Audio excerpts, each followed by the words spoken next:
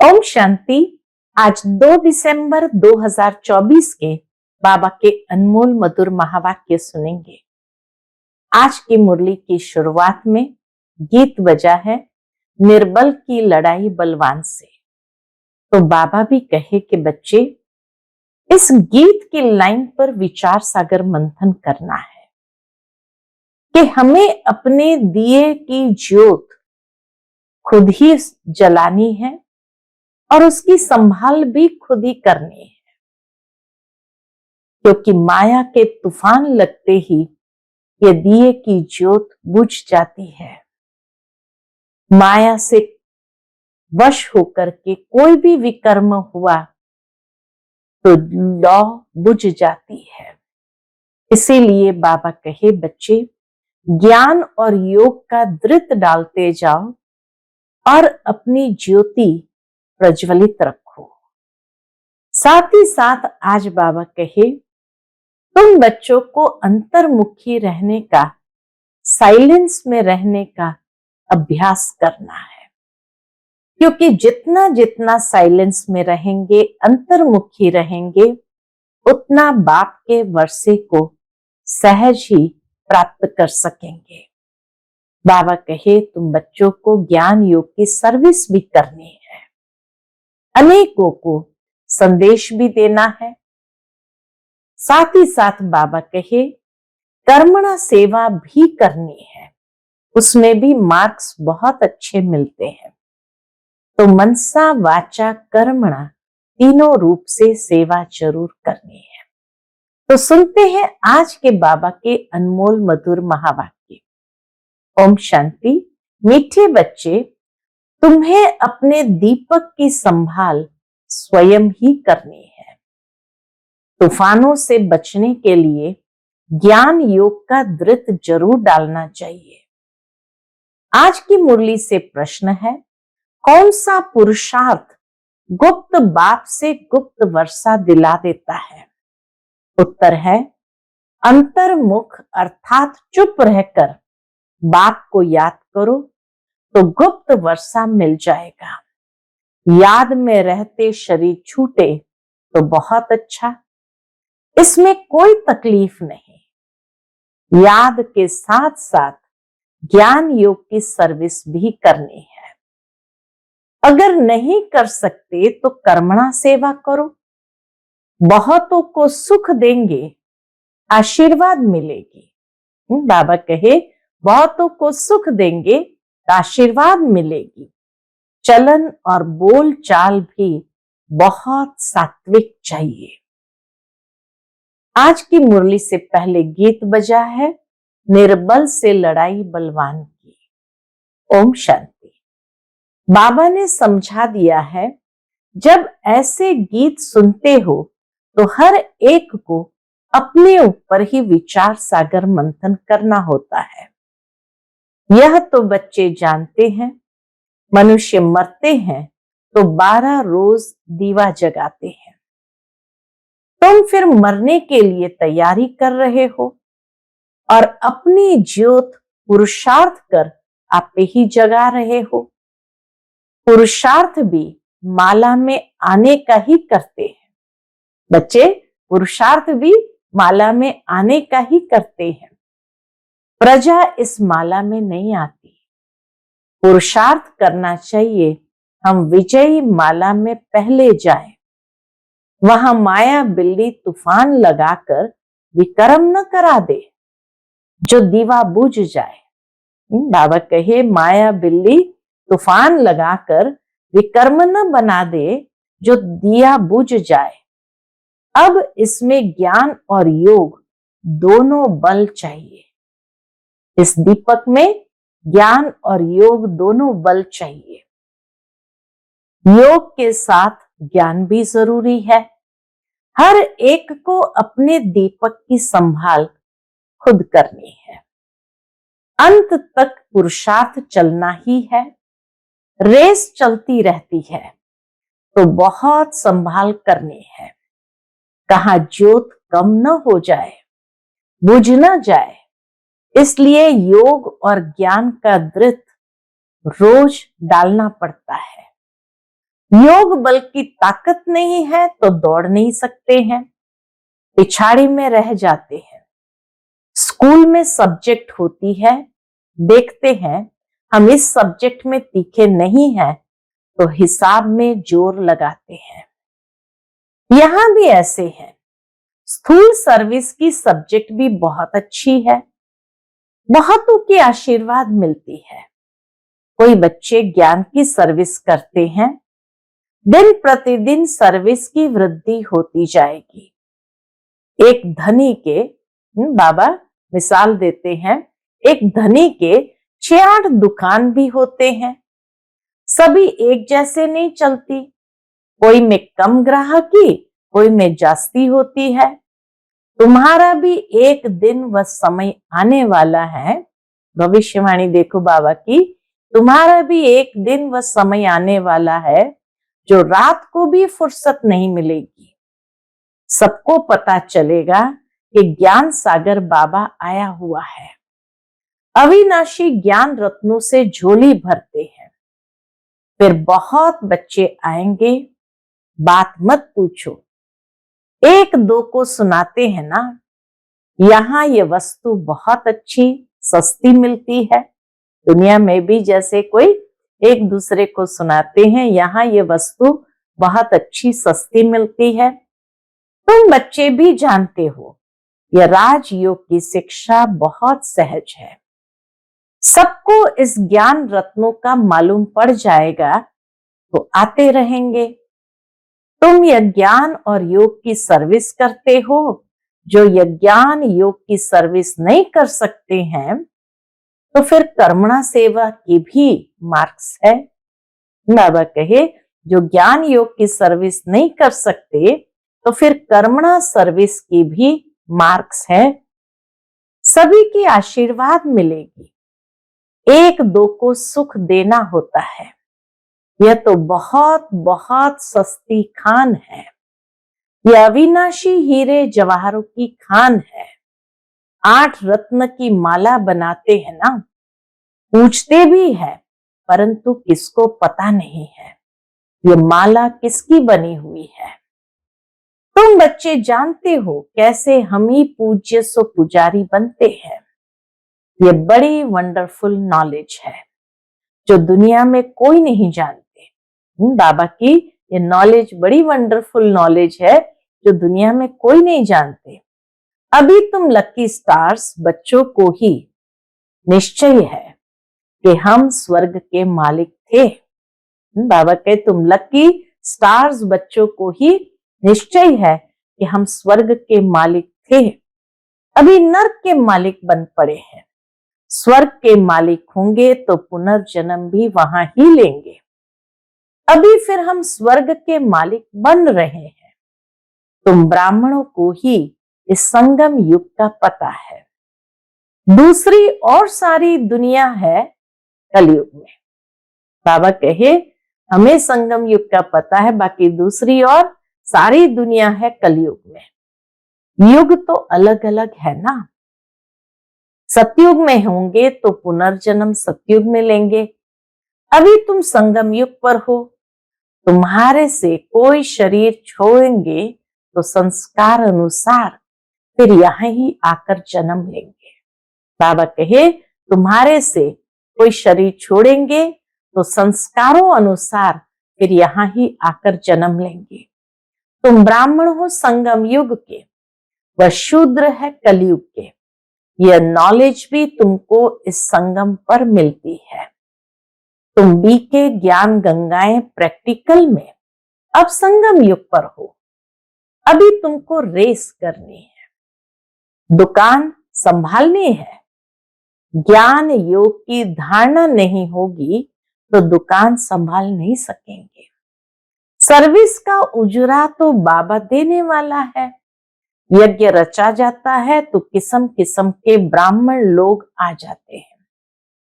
फिर किसको दक्षिणा जास्ती, किसको कम मिलती है। अब ये परमपिता परमात्मा ने रुद्र ज्ञान यज्ञ रचा है। हम है ब्राह्मण, हमारा धंधा ही है मनुष्य को देवता बनाना। ऐसा यज्ञ और कोई होता नहीं। जो कोई कहे कि हम इस यज्ञ से मनुष्य से देवता बन रहे हैं, अब इसको रुद्र ज्ञान यज्ञ अथवा पाठशाला भी कहा जाता है। ज्ञान और योग से हर एक बच्चा देवी देवता पद पा सकता है। तो ज्ञान और योग की महत्व या महिमा बाबा बताते हैं कि ज्ञान और योग का दृढ़ डालना है, जिससे आत्म रूपी दिया जगता रहे। ज्ञान और योग की ही रेस करनी है, सबको ज्ञान और योग की शिक्षा देनी है। हाँ, जो नहीं दे सकते हैं उनको कर्मणा सर्विस करते हुए भी अच्छा सबकी आशीर्वाद प्राप्त होती है। और बाबा कहे इस रुद्र ज्ञान यज्ञ अथवा पाठशाला भी कहा जाता, जहां ज्ञान और योग से हर बच्चा देवी देवता पद पा सकता है। बाबा राय भी देते हैं। क्या राय देते हैं? तुम परम धाम से बाबा के साथ आए हो। तुम कहेंगे हम परम धाम निवासी है। इस समय बाबा की मत से हम स्वर्ग की स्थापना कर रहे हैं। जो स्थापना करेंगे वही जरूर मालिक बनेंगे। तुम जानते हो इस दुनिया में हम मोस्ट लकीएस्ट ज्ञान सूर्य, ज्ञान चंद्रमा और ज्ञान सितारे हैं। बनाने वाला है ज्ञान सागर। वह सूर्य चांद सितारे तो स्थूल में है ना, उनके साथ हमारी भेंट है। तो हम भी फिर ज्ञान सूर्य, ज्ञान चंद्रमा, ज्ञान सितारे होंगे। हमको ऐसा बनाने वाला है ज्ञान का सागर। नाम तो पड़ेगा ना, ज्ञान सूर्य अथवा ज्ञान सागर के हम बच्चे हैं। वह तो यहाँ के रहवासी नहीं है। बाबा कहते मैं आता हूं, तुमको आप समान बनाता हूं। ज्ञान सूर्य, ज्ञान सितारे तुमको यहां बनना है।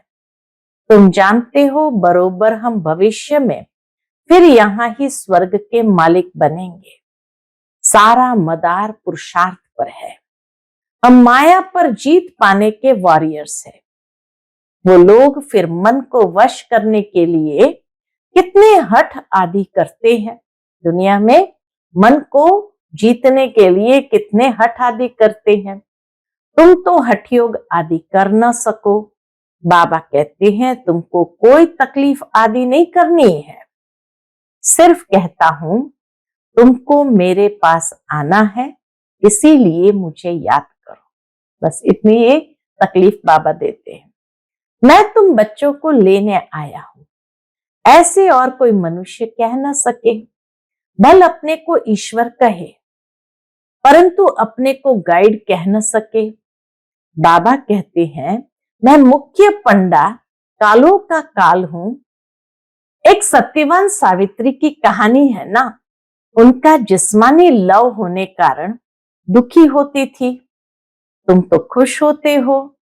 मैं तुम्हारी आत्मा को ले जाऊंगा, तुम कभी दुखी नहीं होंगे। जानते हो हमारा बाबा आया है स्वीट होम ले जाने लिए, जिसको मुक्ति धाम, निर्वाण धाम कहा जाता है। कहते हैं मैं सभी कालों का काल हूं। वह तो एक आत्मा को ले जाते हैं, मैं तो कितना बड़ा काल हूं। 5000 वर्ष पहले भी मैं गाइड बन सबको ले गया था। साजन सजनियों को वापस ले जाते हैं तो उनको याद करना पड़े। तुम जानते हो अभी हम पढ़ रहे हैं, फिर यहां आएंगे। पहले स्वीट होम जाएंगे, फिर नीचे आएंगे। तुम बच्चे स्वर्ग के सितारे ठहरे, आगे नर्क के थे। सितारे बच्चों को कहा जाता है। लकी सितारे नंबरवार पुरुषार्थ अनुसार है। तुमको दादे की मिल्कियत मिलती है। खान बड़ी जबरदस्त है। बाबा कहे ये रत्नों की खान बड़ी जबरदस्त है और ये खान एक ही बार निकलती है। वह खानियां तो बहुत है ना, निकलती रहती है।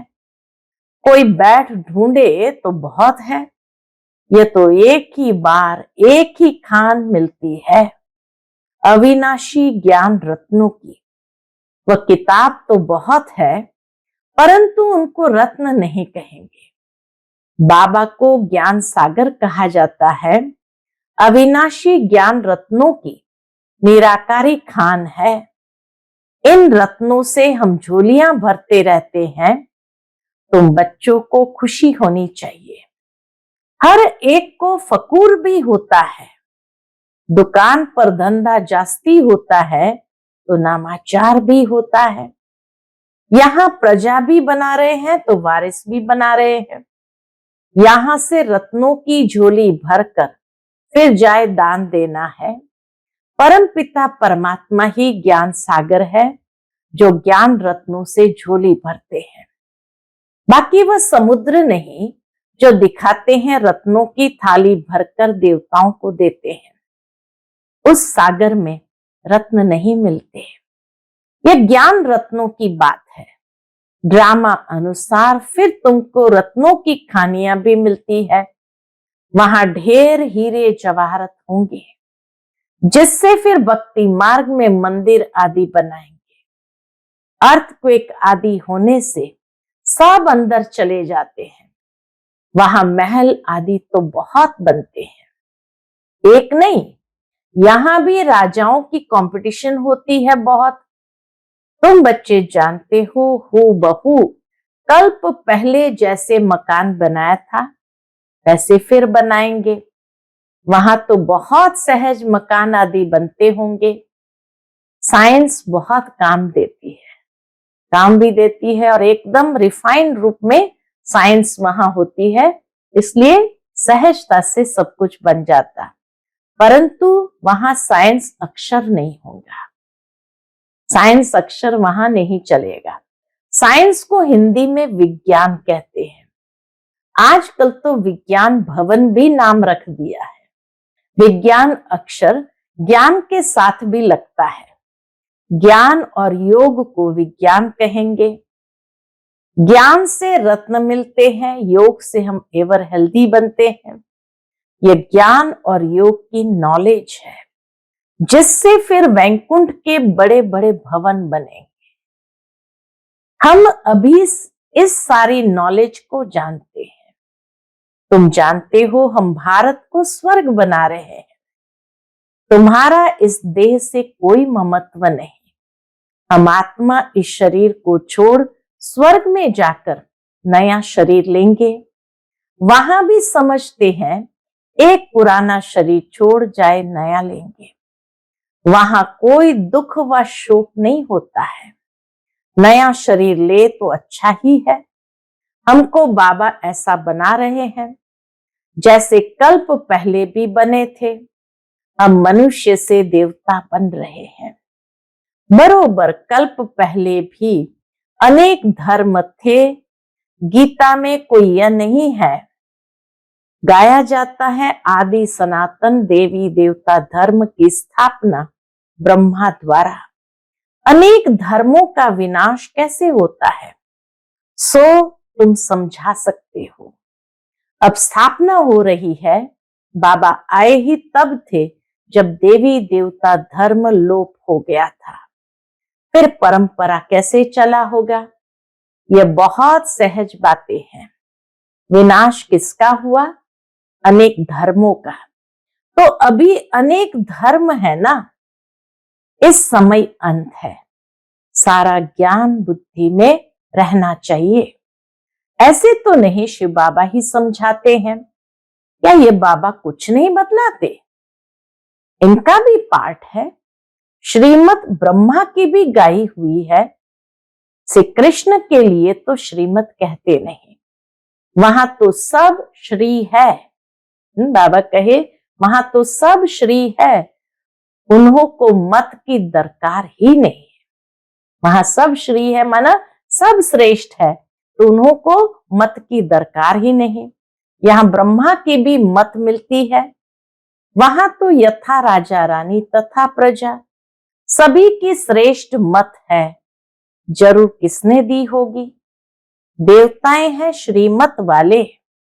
श्रीमत से ही स्वर्ग बनता है। आसुरी मत से नर्क बना है। श्रीमत है शिव की। यह सब बातें सहज समझने की है। शिव बाबा की ये सब दुकानें हैं, सारे सेंटर्स शिव बाबा की दुकानें हैं। हम बच्चे चलाने वाले हैं। जो अच्छा दुकान चलाते हैं उनका नाम होता है, हूबहू जैसे दुकानदारी में होता है, परंतु यह व्यापार कोई विरला करे। व्यापार तो सभी को करना है। छोटे बच्चे भी ज्ञान और योग का व्यापार कर सकते हैं। शांति धाम और सुख धाम, बस बुद्धि में उनको याद करना है। वो लोग राम राम कहते हैं, यहाँ चुप होकर याद करना है, बोलना कुछ नहीं है। शिवपुरी विष्णुपुरी बहुत सहज बात है। स्वीट होम, स्वीट राजधानी याद है। वह देते हैं स्थूल मंत्र, यह है सूक्ष्म मंत्र, अति सूक्ष्म याद है। सिर्फ इस याद करने से हम स्वर्ग के मालिक बन जाते हैं। जपना कुछ भी नहीं है, सिर्फ याद करना है। आवाज कुछ नहीं करना पड़ता। गुप्त बाबा से गुप्त वर्षा, चुप रहने से, अंतर्मुख होने से हम पाते हैं। इसी ही याद में रहते शरीर छूट जाए तो बहुत अच्छा है, कोई तकलीफ नहीं। जिनको याद नहीं ठहरती वह अपना अभ्यास करे। सभी को कहो बाबा ने कहा है मुझे याद करो।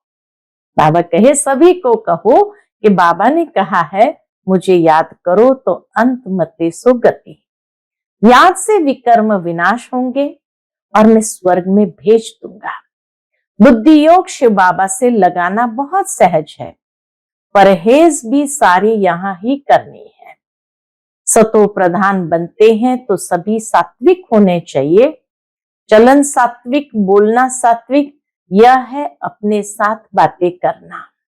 साथी से प्यार से बोलना है। गीत में भी है ना, पीयू पीयू बोल सदा अनमोल। गीत था उस जमाने में, पीयू पीयू बोल सदा अनमोल। तो तुम हो रूप बसंत। आत्मा रूप बनती है। ज्ञान का सागर बाप है तो जरूर आकर ज्ञान ही सुनाएंगे। कहते हैं मैं एक ही बार आकर शरीर धारण करता हूं, यह कम जादूगरी नहीं है। बाबा भी रूप बसंत है, परंतु निराकार तो बोल नहीं सकता, इसलिए शरीर लिया है। परंतु वह पुनर्जन्म में नहीं आता है। आत्माएं तो पुनर्जन्म में आती है। तुम बच्चे बाबा के ऊपर बलिहार जाते हो तो बाबा कहते हैं फिर ममत्व नहीं रखना, अपना कुछ नहीं समझना। ममत्व मिटाने के लिए ही बाबा युक्ति रचते हैं। कदम कदम पर बाप से पूछना पड़ता है। माया ऐसी है जो चमाट मारती है, पूरी बॉक्सिंग है। बहुत तो चोट खाकर फिर खड़े हो जाते हैं। लिखते भी है बाबा, माया ने थप्पड़ लगा दिया, काला मुंह कर दिया, जैसे कि चौथी मंजिल से गिरा। क्रोध किया तो 3rd फ्लोर से गिरा। ये बहुत समझने की बातें हैं। अब देखो बच्चे टेप के लिए भी मांग करते रहते हैं, बाबा टेप भेज दो, हम एक्यूरेट मुरली सुने। यह भी प्रबंध हो रहा है। बहुत सुनेंगे तो बहुतों के कपाट खुलेंगे, बहुतों का कल्याण होगा। मनुष्य कॉलेज खोलते हैं तो उनको दूसरे जन्म में विद्या जास्ती मिलती है। ये भी कर्मों का हिसाब है। बाबा भी कहते हैं टेप मशीन खरीद करो तो बहुतों का कल्याण हो जाएगा। अच्छा, मीठे मीठे सिकिलदे बच्चों प्रति माता पिता बाप दादा का याद प्यार और गुड मॉर्निंग। रूहानी बाप के रूहानी बच्चों को नमस्ते। हम सब रूहानी बच्चों की रूहानी माता पिता बाप दादा को याद प्यार, गुड मॉर्निंग और नमस्ते नमस्ते। शुक्रिया बाबा, शुक्रिया। आज की मुरली से धारणा के लिए मुख्य सार है। पहली पॉइंट, सतो प्रधान बनने के लिए बहुत बहुत परहेज से चलना है। अपना खान पान, बोल चाल सब सात्विक रखना है। बाप समान रूप बसंत बनना है। दूसरी पॉइंट, अविनाशी ज्ञान रत्नों की निराकारी खान से अपनी झोली भरकर अपार खुशी में रहना है और दूसरों को भी इन रत्नों का दान देना है। आज का बाप दादा का मधुर वरदान हम बच्चों के प्रति है, नष्टो मोहाबन, दुख अशांति के नाम निशान को समाप्त करने वाले सुरति स्वरूप भव। नष्टो मोहाबन, दुख अशांति के नाम निशान को समाप्त करने वाले सुरति स्वरूप भव। जो सदा एक की स्मृति में रहते हैं उनकी स्थिति एक रस हो जाती है। एक रस स्थिति का अर्थ है एक द्वारा सर्व संबंध, सर्व प्राप्तियों के रस का अनुभव करना। जो बाप को सर्व संबंध से अपना बनाकर स्मृति स्वरूप रहते हैं वह सहज ही नष्टो मोहा बन जाते हैं। जो नष्टो मोहा है उन्हें कभी कमाने में, धन संभालने में, किसी के बीमार होने में दुख की लहर नहीं आ सकती। नष्टो मोहा अर्थात दुख अशांति का नाम निशान न हो, सदा बेफिक्र। आज का स्लोगन है, क्षमाशील वह है जो रहम दिल बन सर्व को दुआएं देते रहे। क्षमाशील वह है जो रहम दिल बन सर्व को दुआएं देते रहे। अच्छा, ओम शांति।